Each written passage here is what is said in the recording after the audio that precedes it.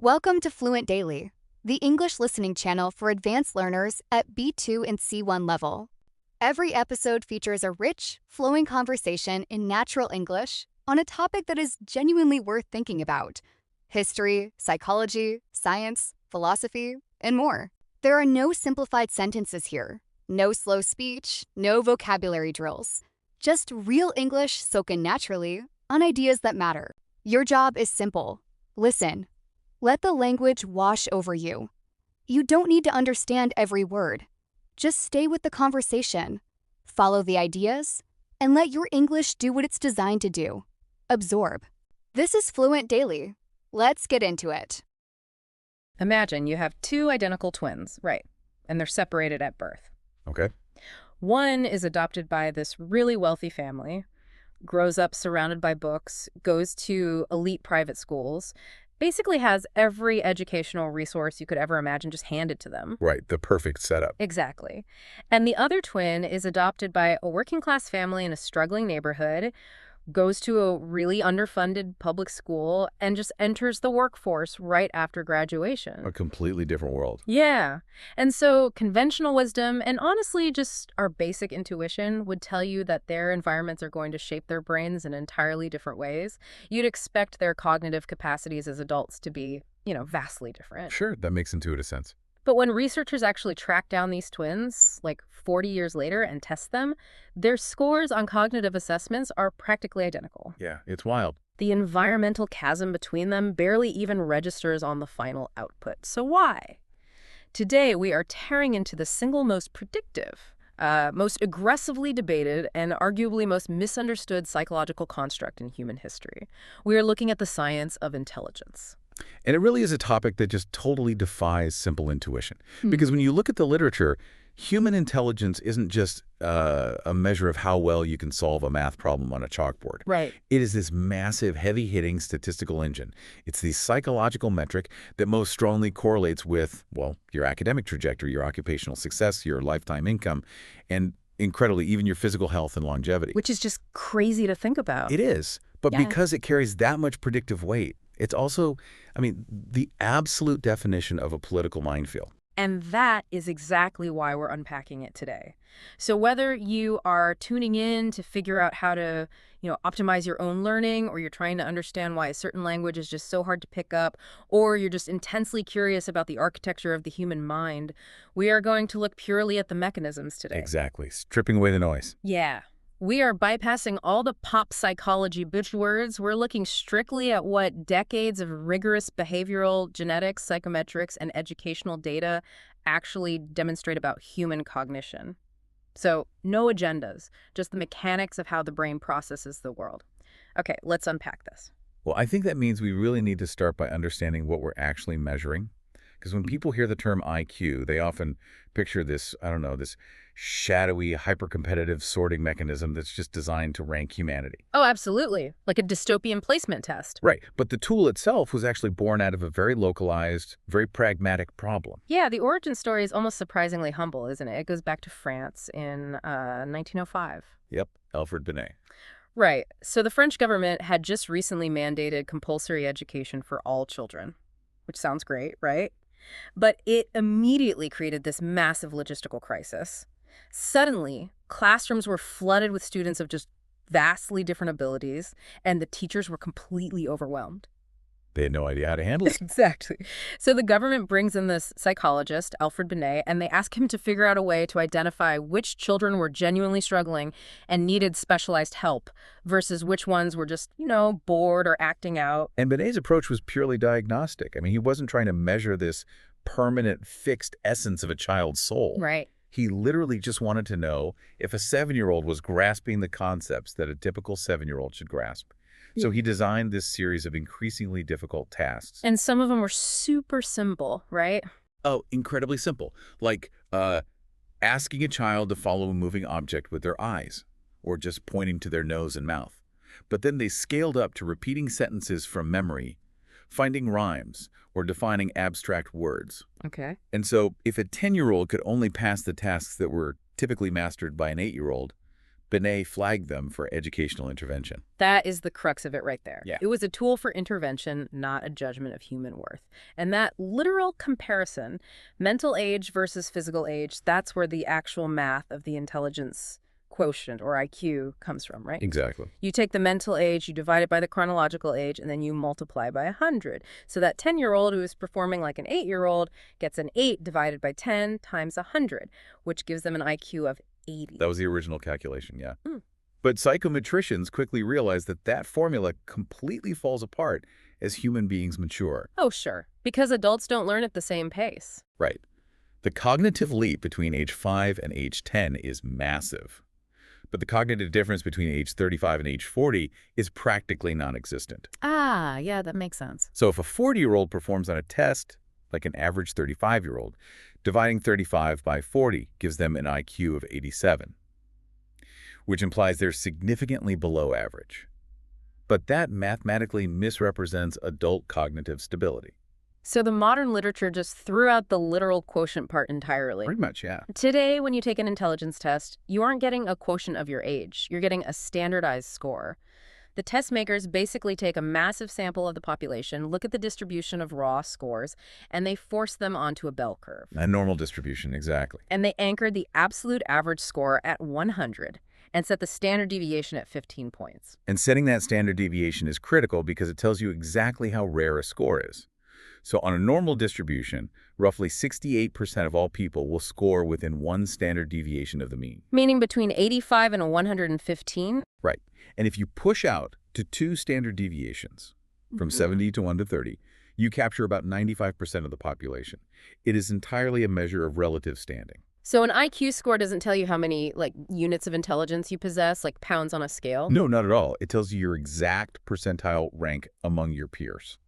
Okay, but knowing how to rank the scores is really only half the battle, because you still have to figure out if the test is measuring one unified thing or just a random grab bag of totally unrelated skills. Yes. And this is where I find the research absolutely fascinating. Because in 1904, right around the exact same time Binet was working in France, a British psychologist named Charles Spearman started running these statistical analyses on how children performed on entirely different academic subjects. He's looking for patterns. Yeah, he looked at math scores, vocabulary, spatial puzzles, even pitch discrimination in music. And Spearman pioneered this statistical technique called factor analysis, which essentially searches for hidden correlations in really large data sets. He wanted to know if being good at one thing had any bearing whatsoever on being good at something completely different. And what he found is basically the bedrock of modern psychometrics, right? The positive manifold. The positive manifold, yes. He discovered that performance on almost any cognitive task correlates positively with performance on almost any other cognitive task. So if you are highly above average at rotating three-dimensional shapes in your mind, you are statistically very likely to be above average at rapidly recalling vocabulary words and above average at complex arithmetic. Which shouldn't necessarily be true, if you think about it. Right. There's no intuitive reason why knowing the definition of an obscure word should predict your ability to solve a geometric puzzle. They utilize entirely different areas of the brain. But Spearman proved that they are inextricably linked. It's all connected. He theorized that this positive manifold exists because all cognitive tasks draw to varying degrees on a single underlying general mental capacity.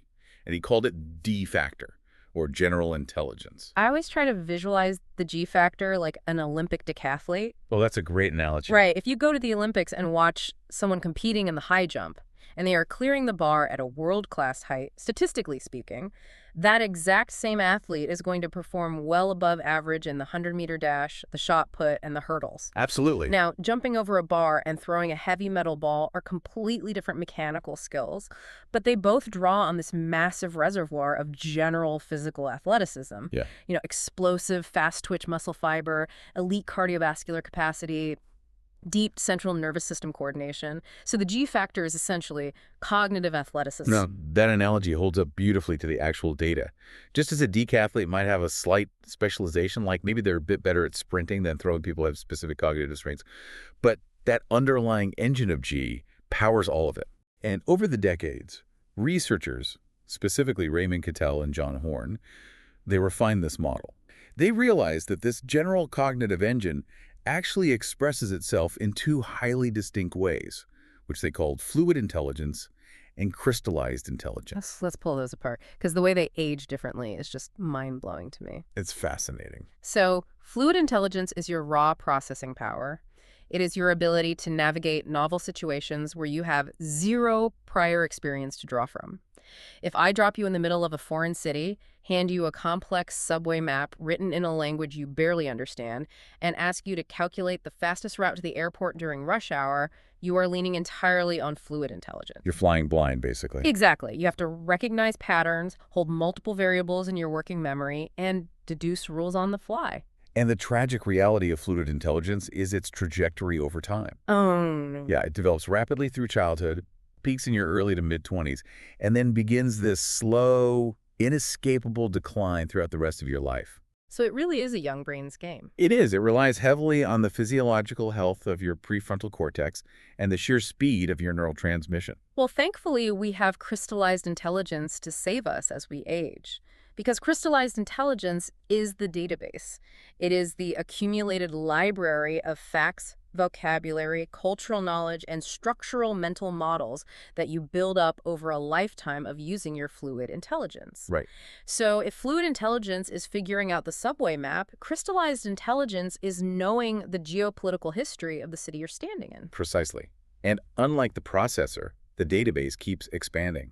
Crystallized intelligence remains robust and often continues to climb well into your 60s and 70s, assuming you remain cognitively active. Which is why a 22-year-old chess prodigy can calculate variations way faster than a 60-year-old grandmaster. Exactly. But the grandmaster still wins because they have a massive database of historical board positions to instantly reference. They don't have to calculate the pattern, they just recognize it. That's spot on. So the current scientific consensus, which is called the Carroll-Horn-Cattell model, it stacks all of these together into a hierarchy. You have the overarching G factor at the very top. Below that, the broad abilities like fluid and crystallized intelligence.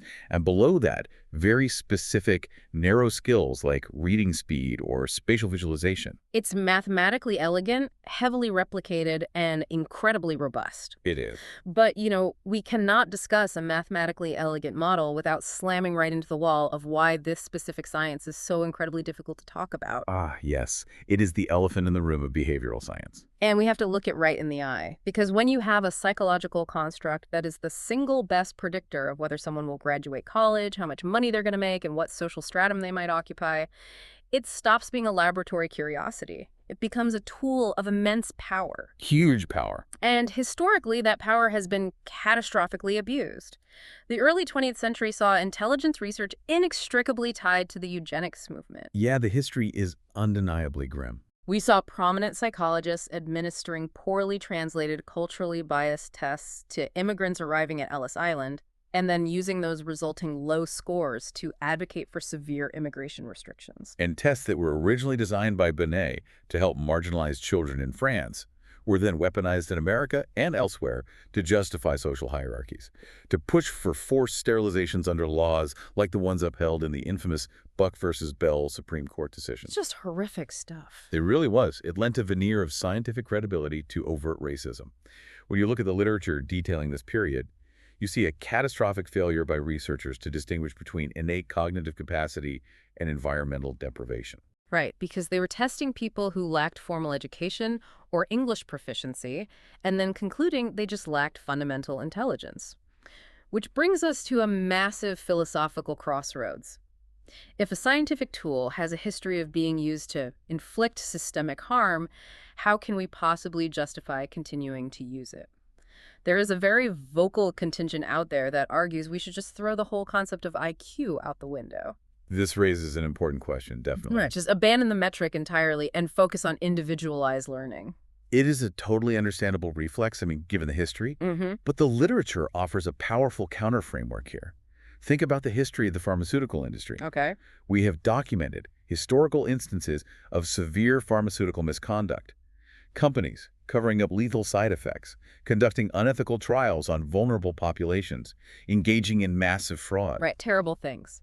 But that history of horrific misconduct does not constitute a scientific argument against the validity of pharmacology itself.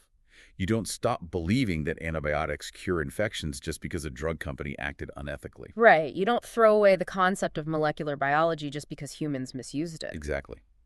The misuse of a metric doesn't invalidate the metric. Intelligence is a real, measurable biological and psychological reality. Refusing to measure it doesn't make it disappear. It simply leaves us flying blind. Because if we know that the G factor heavily predicts academic failure and we refuse to measure it because we're afraid of the history, we just completely lose our ability to understand why certain students are failing. Yes. Or how to design interventions that actually work. We surrender our most powerful diagnostic tool out of historical guilt. The responsible path is rigorous, continuous ethical vigilance over how the data is applied, not willful ignorance of the data itself. You can't fix a complex system if you deliberately smash the dashboard dials. So if we accept that the dial is accurate, that G is a real heavily predictive force, we arrive at the million-dollar question, the eternal debate of nature versus nurture. Where does this cognitive horsepower actually come from? And the data from behavioral genetics, specifically from twin studies, provides answers that completely defy common sense. Yeah, let's get into the twin studies because they are wild. Well, twin studies are the gold standard here because they provide an actual experiment. Identical or monozygotic, twins share essentially 100% of their DNA. Fraternal or dizygotic twins share about 50%, just like standard siblings. Right. So by comparing how similar identical twins are to how similar fraternal twins are, researchers can mathematically isolate the impact of genetics versus the environment. And when they do this for intelligence, they establish that it is highly heritable. But we need to define heritability right now because I feel like it is the most systematically misunderstood word in all of science. Oh, absolutely. When the literature says that in Western developed nations, the heritability of intelligence is roughly 50% in childhood, people instantly think, okay, 50% of my brain power was locked in at conception by my parents, and my teachers get to shape the remaining 50%. And that interpretation is entirely fundamentally wrong. Heritability is a population-level statistic. It has absolutely nothing to do with the makeup of an individual. Okay, so what does it actually mean? It describes the proportion of variance in a trait within a specific population that can be attributed to genetic differences. I always try to visualize this with the area of a rectangle. Okay, let's hear it. So if you have a rectangle that is 4 inches by 5 inches, its total area is 20 square inches. You cannot say, well, 10 square inches came from the length and 10 square inches came from the width. It's a product of both. They interact entirely. Right, it's indivisible for the single rectangle. Exactly. But if you have a massive room filled with hundreds of different rectangles of all shapes and sizes, you can look at the variance. You can say, in this specific room, 60% of the differences in the areas of these rectangles is driven by differences in their lengths, and 40% is driven by differences in their widths. That is the perfect way to conceptualize it. When we say intelligence has a heritability of 50% in childhood, we are saying that half of the total variation in IQ scores across all the children in that studied population is associated with the variation in their genetics. Okay, that makes sense. But here's where behavioral genetics throws a massive curveball. You mentioned that heritability is around 50% in childhood. When researchers look at adults, that number doesn't go down, it goes up. Wait, really? Yeah. By adulthood, the heritability of intelligence in developed nations rises to approximately 80%. Here's where it gets really interesting, because that sounds completely backward. You would intuitively think that a newborn baby is entirely a product of its genetics. But as that baby grows, goes to school, experiences trauma, reads books, travels, their environment would leave a heavier and heavier imprint, right? Diluting the genetic influence. That's the assumption, yeah. Why on earth does genetics explain more of the difference between people when they are 50 years old than when they are 5? It really is the most counterintuitive finding in the field. Yeah. And the explanation comes heavily from the work of behavioral geneticist Robert Plowman. It revolves around a mechanism called gene-environment correlation. Gene-environment correlation. Yes. The core idea is that we do not passively absorb our environments. We actively seek out, select, and shape our environments in ways that align with our genetic predispositions. So our genes act like a magnet. Yes. Think about the life cycle of a child who has a genetic predisposition for high fluid intelligence and a strong working memory. When they're a toddler, their environment is entirely controlled by their parents. We call that a passive correlation. Right. But as they hit grade school, they start exercising autonomy. Because their brain processes information efficiently, reading feels easy and rewarding for them. So they ask to go to the library. They choose to read novels in their free time instead of, say, playing outside. This is an active correlation. They are deliberately placing themselves in a cognitively enriching environment. And it compounds over time. When they hit high school, that exact same student naturally gravitates toward AP Calculus, joins the debate team, and surrounds themselves with peers who also enjoy intellectual challenges. Exactly. Their genetic disposition drove them to select an environment that acts like a massive multiplier for that exact genetic trait. Conversely, a child who struggles with working memory might find reading deeply frustrating. So they avoid it. They select environments that don't challenge that specific cognitive muscle. By the time both of these individuals reach their 30s and have complete autonomy over their lives, they have spent decades heavily tailoring their environments to match their genes. That is why genetic variance explains up to 80% of the cognitive differences in adults, because the adults literally built their environments around their genes. Exactly. It completely reframes the nature versus nurture debate. It's not a tug of war. Nature uses nurture to express itself. But we should clarify that absolutely does not mean the environment is just a passive backdrop. Because the research shows that when the environment is severely degraded, it acts as a brutal bottleneck on genetic potential. Oh, without a doubt. We see this most tragically in cases of extreme environmental deprivation.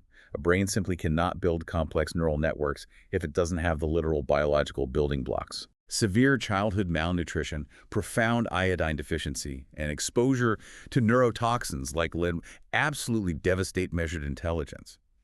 If you take a child with the genetic potential to be a genius and you expose them to chronic lead paint dust during their critical developmental windows, their cognitive potential is permanently capped.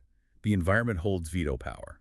And we also see the power of the environment acting on a massive global scale, which brings us to one of the most famous phenomena in psychometrics, the Flynn effect. James Flynn, yes. Right, so James Flynn was a political scientist who started digging into the historical archives of IQ test manuals. And he noticed this totally bizarre anomaly. He did. Every time a major IQ test, like the Wechsler or the Stanford-Binet, is updated, the creators have to renorm it. They test a new sample of the population and reset the average score back to 100.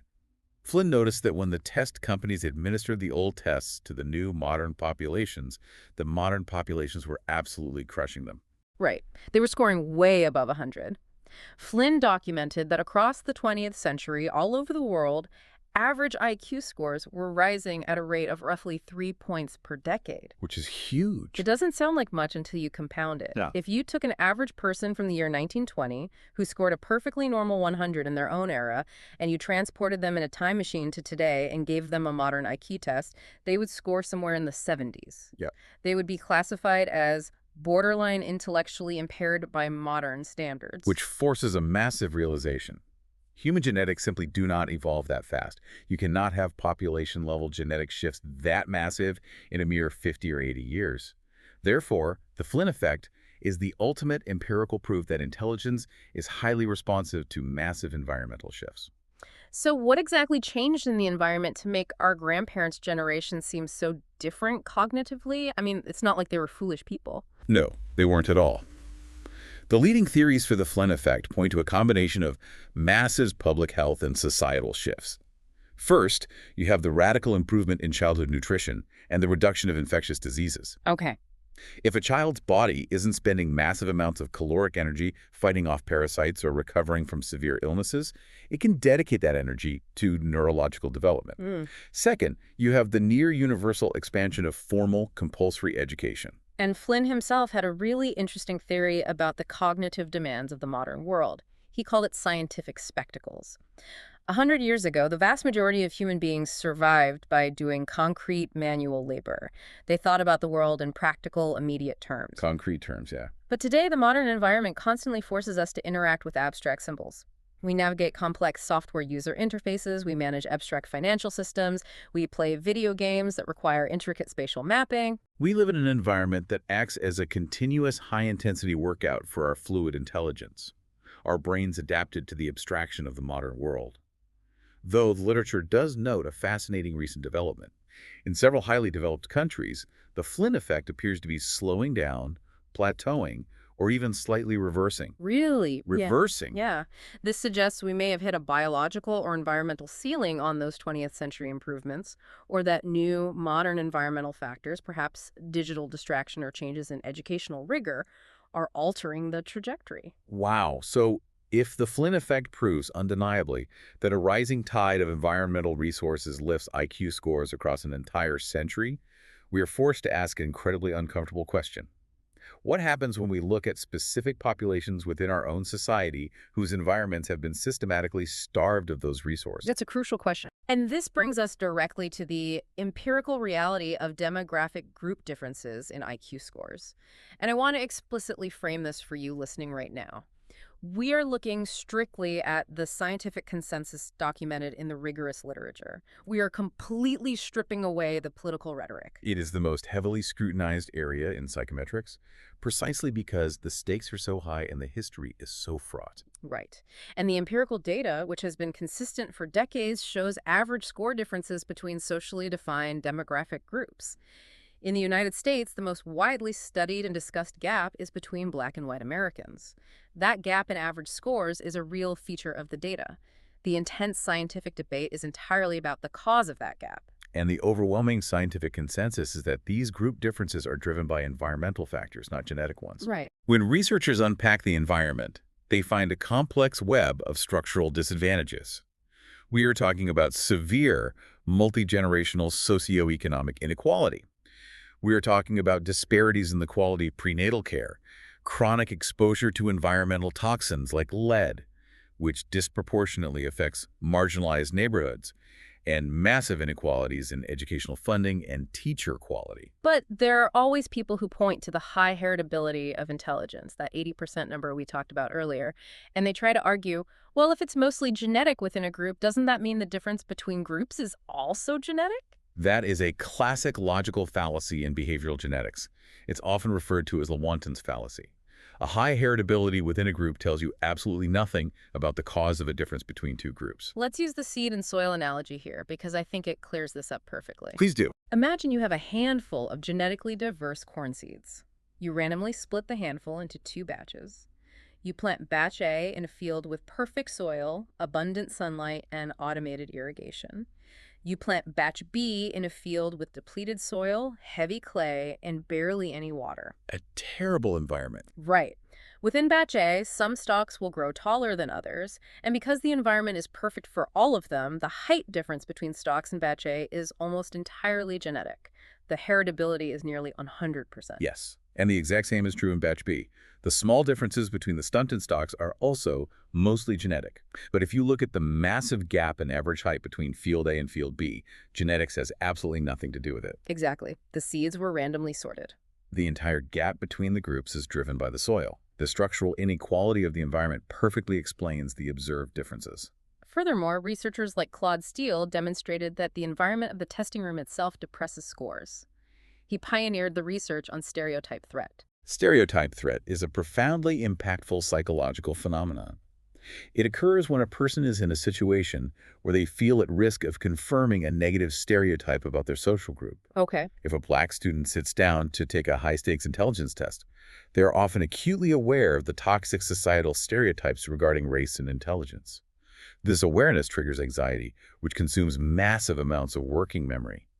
It essentially hijacks their cognitive bandwidth to process the anxiety, leaving less processing power for the actual test questions. And when researchers cleverly alter the framing of the test, like when they tell the students, this isn't an intelligence test, it's just a laboratory puzzle to test eye mechanics, removing the stereotype threat, the performance gap narrows significantly. Exactly. So you add up stereotype threat, lead exposure, underfunded schools, and wealth inequality, and the environmental explanation completely encompasses the data. Moreover, attempting to formulate a genetic argument fundamentally fails on a biological level because race is a socially constructed category, not a distinct genetic population.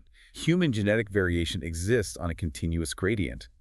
The boundaries we draw for census categories do not map cleanly onto genetic clusters. Right. So the scientific consensus remains robust.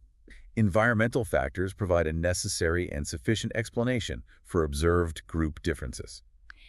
Because traditional IQ testing carries so much of this heavy historical and political baggage, It's completely understandable that people have tried to reinvent the wheel. Educators and psychologists desperately want to broaden the tent of what we consider smart. Of course they do. Which brings us to the attempts to redefine intelligence entirely. And the most famous of these, without a doubt, is Howard Gardner's theory of multiple intelligences. Published in 1983 in his book Frames of Mind. It completely swept through the educational system. It really did. I remember having posters of it in my elementary school classrooms. Gardner looked at standard IQ and essentially said, this is way too narrow. It only values the skills of professors and lawyers. Right. He proposed that there isn't just one G factor. He argued there are at least 8 entirely independent intelligences. The literature cites them as linguistic, logical, mathematical, spatial, musical, bodily, kinesthetic, interpersonal, intrapersonal, and naturalistic. The appeal is instantly obvious. It democratizes genius. If a student is terrible at math, the teacher can say, that's okay, you just have high bodily kinesthetic intelligence. It is a deeply humane and well-intentioned philosophy of education. It encourages teachers to find multiple pathways to reach a student. However, when psychometricians actually look at Gardner's theory through the lens of rigorous scientific measurement, it completely falls apart. Let's break down why. Because on a purely semantic level, it feels like Gardner is just redefining words to make people feel better.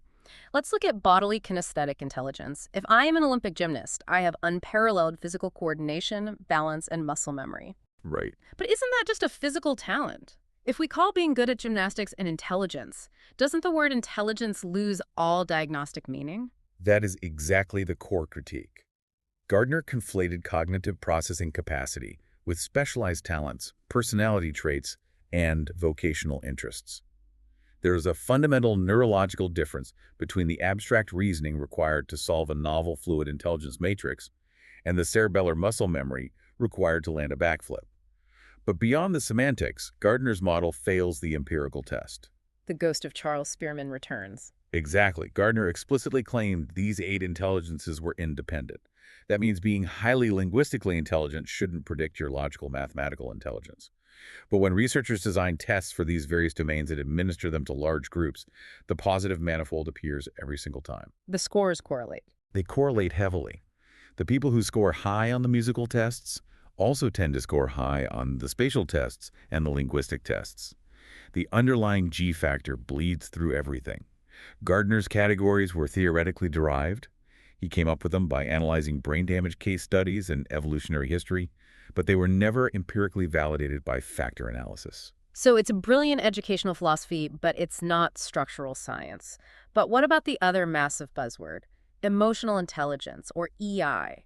Because I feel like every corporate HR department in the Fortune 500 has mandated a seminar on emotional intelligence. The literature on emotional intelligence is fascinating because it is deeply fractured. There are 2 completely different models, and the public really only knows about the unscientific one. Oh, sure. The first, you have the ability-based model, pioneered by researchers Peter Salovey and John Mayer. They define emotional intelligence strictly as a cognitive ability, the capacity to accurately perceive emotions, integrate them into thought, understand their causes, and manage them. And they test this as an actual performance metric, right? They don't just ask you, hey, are you empathetic? They show you a video of a complex facial expression and require you to correctly identify the nuanced blend of emotions happening in real time. Yes. It is a test of maximum performance with right and wrong answers. And the data shows that this ability-based EI has genuine construct validity. It correlates moderately with general intelligence, specifically the crystallized verbal domains, but it has its own unique predictive power. It genuinely helps people navigate complex social environments. But that is not the emotional intelligence that spawned a billion-dollar consulting industry. No, not at all. The corporate phenomenon was driven by Daniel Goleman's 1995 book, which introduced the mixed model. Goleman took the core concept of emotional perception and essentially dumped every positive human trait into the bucket. He included motivation, optimism, persistence, zeal, and general social skills. So it's a grab bag of good vibes. It is. Now, those are all wonderful traits that absolutely predict success in life. No one is arguing that optimism isn't useful. But scientifically, when you measure the mixed model, researchers find that it correlates so highly with standard, established personality traits, specifically high extroversion, high agreeableness, and low neuroticism, that it essentially vanishes as a unique construct. It's just the Big 5 personality test repackaged with a better marketing label. Precisely. It blurs the vital distinction between cognitive ability, what you are capable of processing, and personality, your typical behavioral dispositions. Okay, we have spent an enormous amount of time under the hood looking at the historical controversies, the genetics, the environmental levers, and the attempts to redefine the construct. But for you, the listener right now, we need to bring this down to earth. How does the science of intelligence actually intersect with your daily life? Let's look at the two biggest arenas: formal education and learning a new language. We talked earlier about how the environment affects IQ, but the specific relationship between intelligence and schooling is a relentless bidirectional feedback loop. Bidirectional is the key word. The first direction is obvious. Intelligence predicts educational attainment. This is the selection effect. A child with a higher baseline fluid intelligence will naturally process new information faster. They will experience less frustration with complex reading assignments, and therefore they're statistically more likely to enjoy school, get higher grades, and pursue advanced degrees. Smart kids excel in school. We all know that. But the second direction of the loop is the one that completely shifts how we view the educational system. School actively constructs intelligence. It does. And isolating that effect is methodologically tricky because you have to separate the natural maturation of the brain from the specific effect of sitting in a classroom.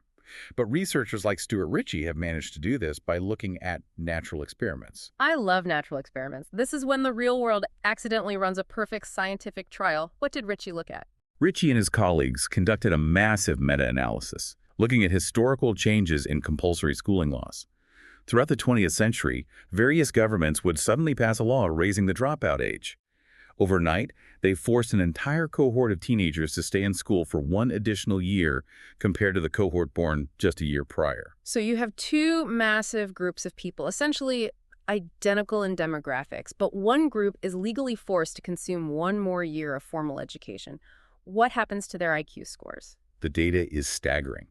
Ritchie's analysis estimated that each additional year of formal education produces a lasting increase in measured intelligence of approximately 1 to 5 IQ points. Wait, up to 5 points for a single year? Yes. If the standard deviation is 15 points, a 5-point jump is a massive cognitive leap. It moves you up an entire tier in cognitive processing power.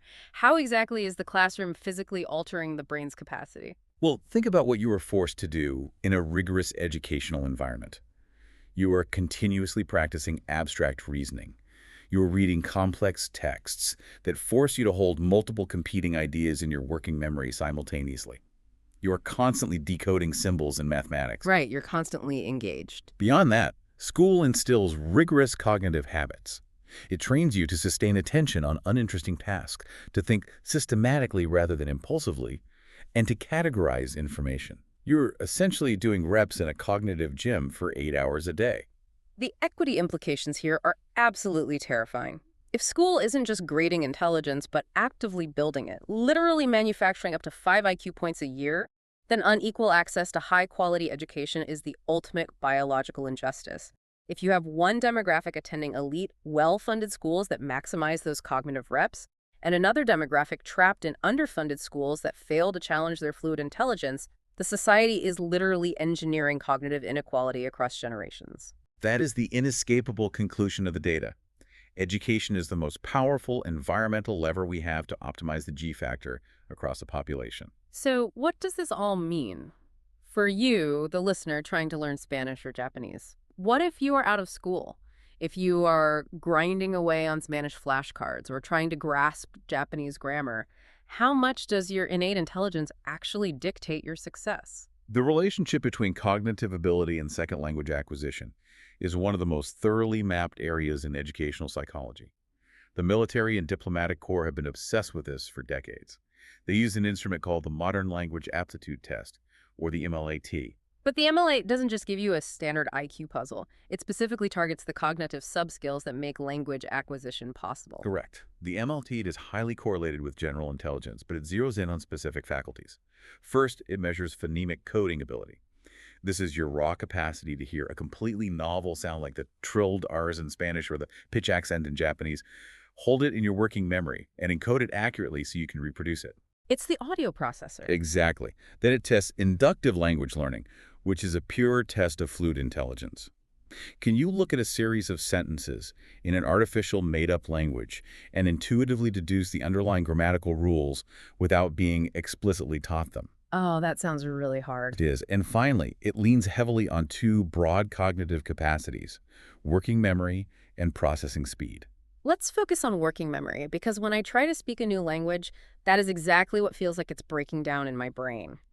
If I am trying to construct a sentence in French, I have to hold the vocabulary word in my mind, remember the gender of the noun, conjugate the verb based on the tense, and remember the bizarre word order rules all at the exact same time. If my working memory buffer is small, the sentence collapses before it ever reaches my mouth. That is precisely what is happening neurologically. A large working memory capacity allows you to hold all those syntactic variables simultaneously, and then processing speed dictates your oral fluency. When you are in a live conversation, you don't have time to consciously pull from the crystallized database. You have to access the lexicon and assemble the grammar in milliseconds. Right. Individuals with naturally higher processing speeds achieve conversational fluency much faster because their neural retrieval is just incredibly efficient. But, and this is the most important caveat of this entire deep dive for anyone listening who feels discouraged right now, the literature is incredibly explicit that high intelligence does not set a hard ceiling on your ability to learn a language. Absolutely not. The data clearly shows that cognitive aptitude predicts the rate of initial learning. High G means you will grasp the grammar rules faster in the first 3 months, but it does not dictate ultimate fluency. In the long run, motivation violently overpowers raw intelligence. Unquestionably, in language acquisition, cognitive ability is just one vector. The amount of immersive exposure to the language, the quality of the pedagogical instruction, and intrinsic motivation are the dominant variables over time. Yeah. If you take a person with a massive working memory and an MLAT score in the 99th percentile, but they only practice 20 minutes a week and hate doing it, they will absolutely be beaten by a person with perfectly average intelligence who is highly motivated and immerses themselves in the language every single day. Cognitive advantages are real, but sustained effort is the ultimate decider of mastery. Do not use intelligence research as a fatalistic excuse to stop trying. All right, we have spent this entire deep dive marveling at the power of intelligence. We've seen how it predicts life outcomes, how it responds to the environment, and how it accelerates learning. But as we bring this to a close, we have to expose its Achilles heel. We have to look at its most glaring, sometimes catastrophic vulnerability, because high intelligence has a massive blind spot. It does, and this is currently one of the most exciting frontiers in cognitive psychology. The research here is largely pioneered by Keith Stanatovich, a cognitive scientist at the University of Toronto. He started looking at a phenomenon that we all observe in daily life but rarely have the language to explain. He wanted to know why incredibly smart people, people with PhDs, massive vocabularies, and 140 IQs constantly do incredibly dumb things. He drew a hard line between intelligence and rational thinking ability. So what exactly is the distinction? We've established that intelligence is your raw algorithmic processing power. It is your ability to quickly recognize complex patterns, hold multiple variables in memory, and calculate solutions. Rational thinking ability, however, is a completely different construct. It is the disposition, the mental habit, to engage in accurate, systematic, and unbiased reasoning. It is the ability to properly calibrate your beliefs to the evidence. Being smart is having a massive engine. Being rational is actually using the steering wheel. And Stanatovich coined a brilliant term for when the steering wheel disconnects from the engine: dysrationalia. Dysrationalia. It is the failure to think and behave rationally, despite having entirely adequate or even exceptional intelligence. And the anatomy of these intelligent errors is fascinating, because high IQ does not protect you from cognitive biases. In fact, it sometimes amplifies them. Let's look at the classic Linda problem, the conjunction fallacy. Oh, this is a perfect example from Amos Tversky and Daniel Kahneman's research. Yeah. You tell someone about Linda.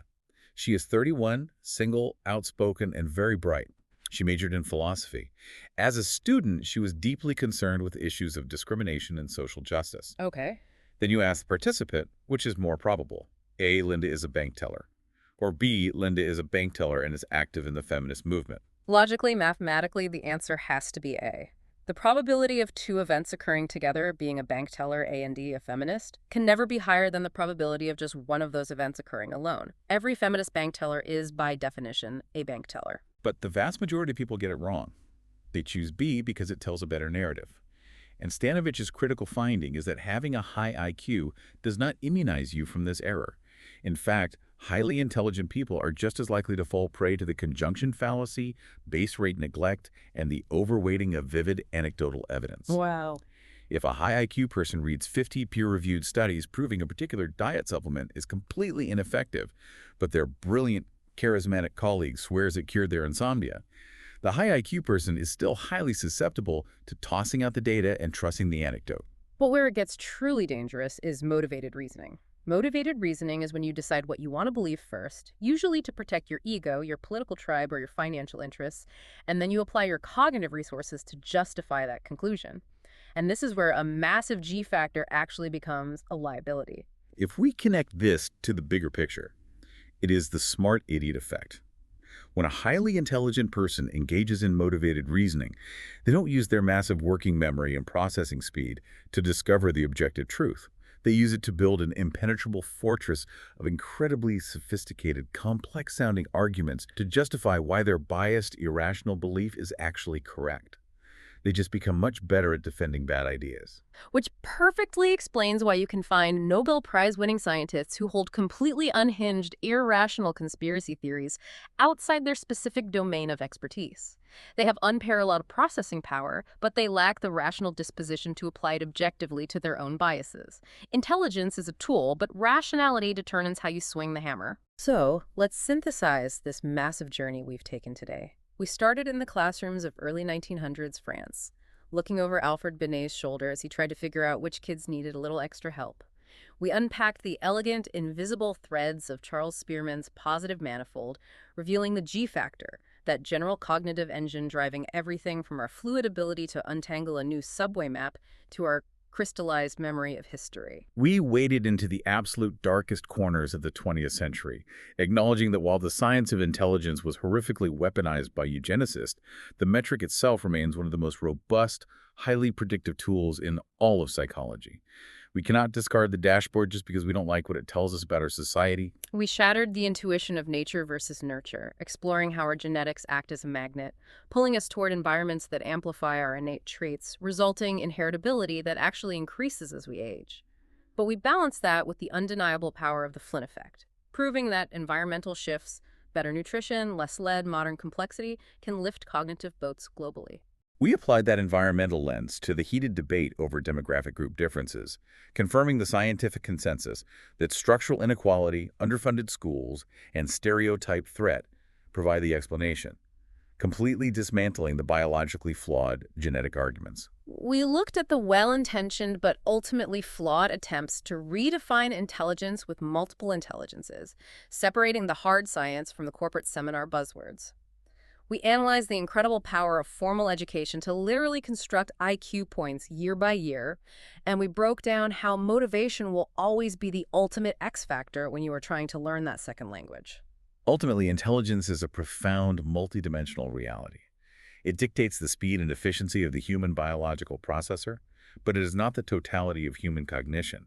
And as Disrationalia proves, it is absolutely not a guarantee of wisdom. Which brings me to a final lingering thought for you to mull over as we close. We learned today, definitively, that our educational systems are remarkably effective at boosting intelligence. The data is clear. We can literally engineer a 1 to 5 point IQ increase for every year a student is forced to stay in a rigorous classroom. We are successfully building massive, highly efficient cognitive processors. But drawing on Keith Stanovich's terrifying warnings about disrationalia, here is the provocative question I want to leave you with. If our educational systems are perfectly designed to maximize the G factor, but those exact same systems completely ignore the active cultivation of rational thinking, unbiased reasoning, and cognitive humility, are we actively building a society that is brilliant enough to invent the world's most complex, catastrophic problems, but utterly lacking the rational wisdom required to solve them? Thank you for joining us on this deep dive. Keep questioning the data, keep challenging your own biases, and stay curious.